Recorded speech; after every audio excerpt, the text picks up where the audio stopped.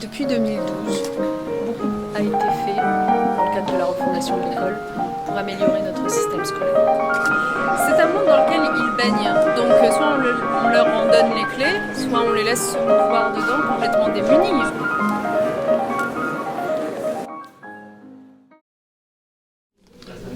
Un rapport d'il y a quelques années de l'inspection générale incitait à développer la filière du numérique éducatif en France. La création, avec les éditeurs de banques de ressources, participe de cette démarche. Quel est votre sentiment à ce sujet ? Oui, je crois vraiment que ce plan numérique pour l'éducation, il faut bien veiller à ne pas le résumer aux équipements. Parce que si on le résume aux équipements, tout le monde comprendra très bien qu'il ne sera que gadget et qu'on passera à côté de l'essentiel. Pourquoi c'est si important de faire entrer le numérique à l'école, au collège ? C'est très important parce qu'il s'agit de faire vivre et évoluer les élèves dans le monde qui est le leur et qui sera le leur demain, à la fois dans leur vie personnelle, dans leur pratique personnelle, culturelle et dans leur vie professionnelle, quel que soit le métier qu'on exercera demain, y compris agriculteur, on aura besoin du numérique.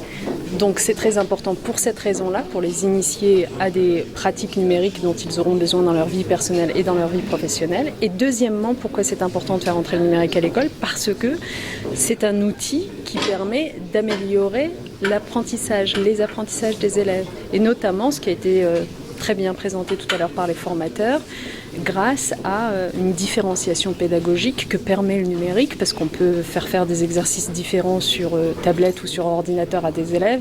Quand on n'a pas cet outil-là, c'est très compliqué de le faire dans une classe de 25 ou de 30 élèves.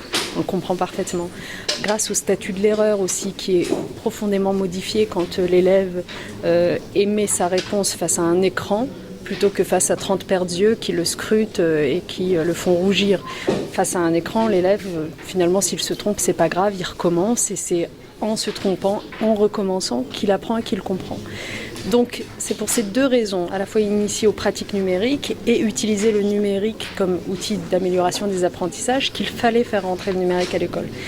Et donc ce que je disais, c'est que ce qui compte dans notre plan numérique, c'est bien sûr les équipements, mais surtout le fait que les professeurs soient formés à les utiliser pour justement améliorer ces apprentissages-là, et le fait que derrière son écran, on trouve non pas des manuels scolaires scannés, parce que sinon ça n'aurait aucun intérêt, mais des ressources augmentées, discipline par discipline, des exercices qu'on n'aurait pas trouvés dans les manuels, des logiciels qui permettent d'aller plus loin, de pousser les raisonnements, là encore finalement d'offrir aux élèves en fonction du niveau qu'ils ont atteint la possibilité d'approfondir la séquence ou au contraire de retravailler jusqu'à comprendre.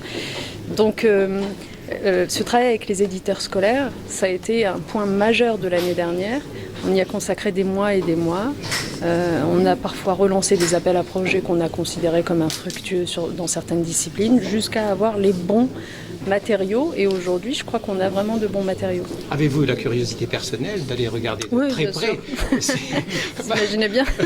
Justement, alors quel est votre sentiment ? Est-ce que ça va vraiment très loin dans... En fait, moi, ce que je trouve vraiment très intéressant, parce qu'à la limite, si on veut être un esprit chagrin, on pourrait dire oui, mais finalement, y compris les modules qui utilisent le 3D ou la vidéo, on aurait pu trouver ça sur des CD-ROM, etc.